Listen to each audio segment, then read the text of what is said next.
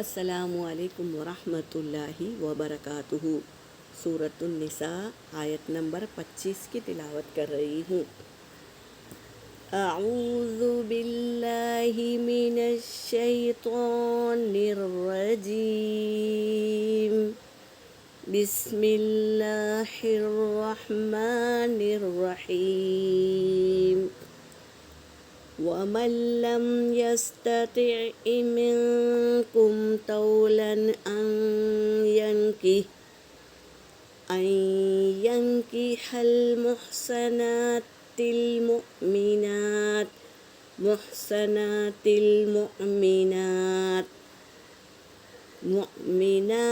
فَمِمَّا مَلَكَتْ أيمانكم من فتياتكم المؤمنات، والله أعلم بإيمانكم بعضكم من بعض،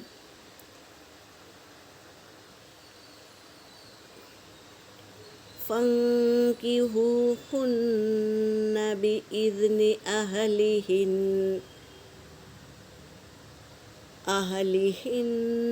وآتوهن أجورهن بالمعروف محصنات غير مسافحات ولا متخذات أخدان، فإذا أحسن فإن آتين بفاحشة فعليهن نصف ما على المحصنات من العذاب، ذلك لمن خشي العنة منكم، وأن تصبروا خير لكم، والله غفور رحیم۔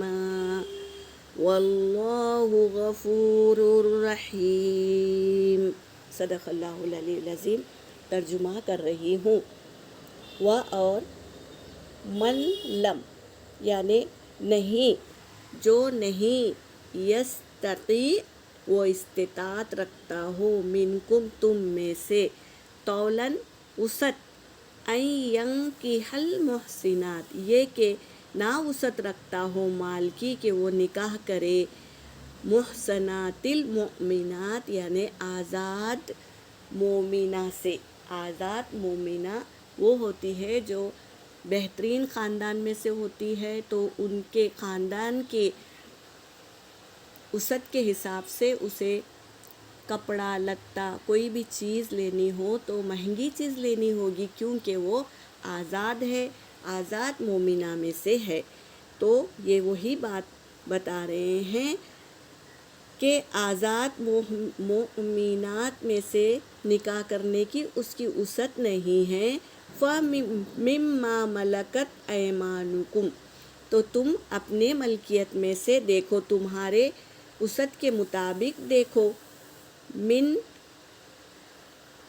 ایمانکم یعنی لونڈیوں میں سے، غلام میں سے دیکھو، تمہاری وسعت نہیں ہے مالدار عورت سے نکاح کرنے کی تو تم لونڈیوں میں سے دیکھو، من فتیاتکم المؤمنات پس وہ ہو مومن ہو، ایمان والی ہو، ان لونڈیوں میں سے دیکھو، واللہ اور اللہ اعلم زیادہ جانتا ہے، بی ایمانکم تمہارے ایمانوں کو اللہ زیادہ جانتا ہے، بعضکم من بعض بعض سے بعض کو اللہ جانتا ہے، فانکحوہن پس تم نکاح کر لو ہن اس عورت سے، باذن اہلہن ان کے اجازت سے، ان کے آقا کی اجازت سے، فآتوہن تو دو اس عورت کو، اجورہن اس کا اجر یعنی مہر، بالمعروف معروف طریقے سے،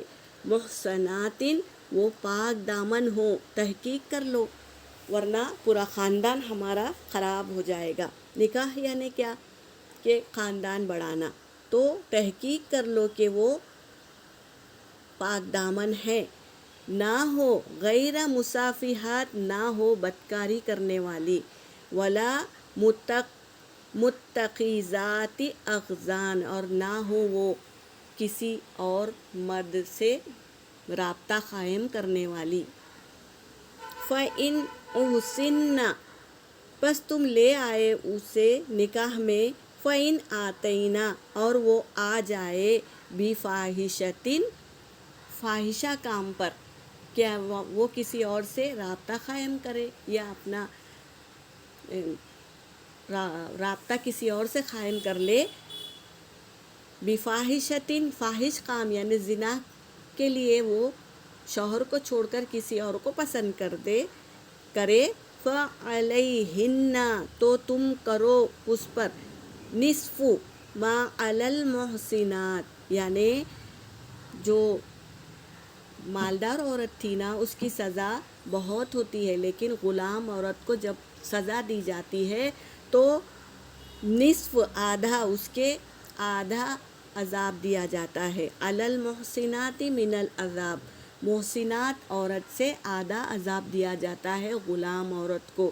تو انصاف کرو، اگر تم غلام سے شادی کی ہے تو غلام کو جتنی سزا دی جاتی ہے لونڈی کو، اسی حساب سے تم اس کو سزا دو، بتا رہے ہیں، حق بتا رہے ہیں یہاں پر۔ ذَلِكَ لِمَنْ خَشِيَ الْعَنَتَ مِنْكُمْ، یہ ان کے لیے ہے جو ڈرتے ہیں اللہ سے، ڈرتے ہیں نا، ان کے لیے ہے یہ، تم میں سے جو اللہ سے ڈرے۔ وَأَن تَصْبِرُوا، تو تم صبر کرو، دونوں میں سے جو ڈرتے ہیں اللہ سے، تو وہ ڈر رہی ہے اللہ سے اور لائن پہ آ گئی ہے، تو تم کیا کرو؟ صبر کرو۔ خیر لکم، یہ تمہارے لیے بہتر ہے، صبر کرنا بہتر ہے تمہارے لیے۔ واللہ، اور اللہ، غفور الرحیم، بخشنے والا ہے اور رحم کرنے والا ہے۔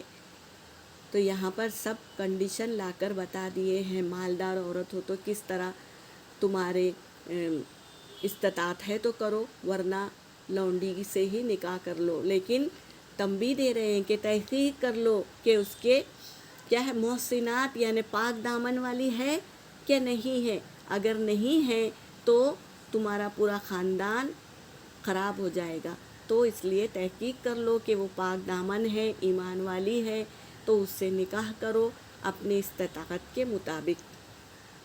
یہاں پر میری آیت ہو گئی، وآخر الدعوانا ان الحمد للہ رب العالمین۔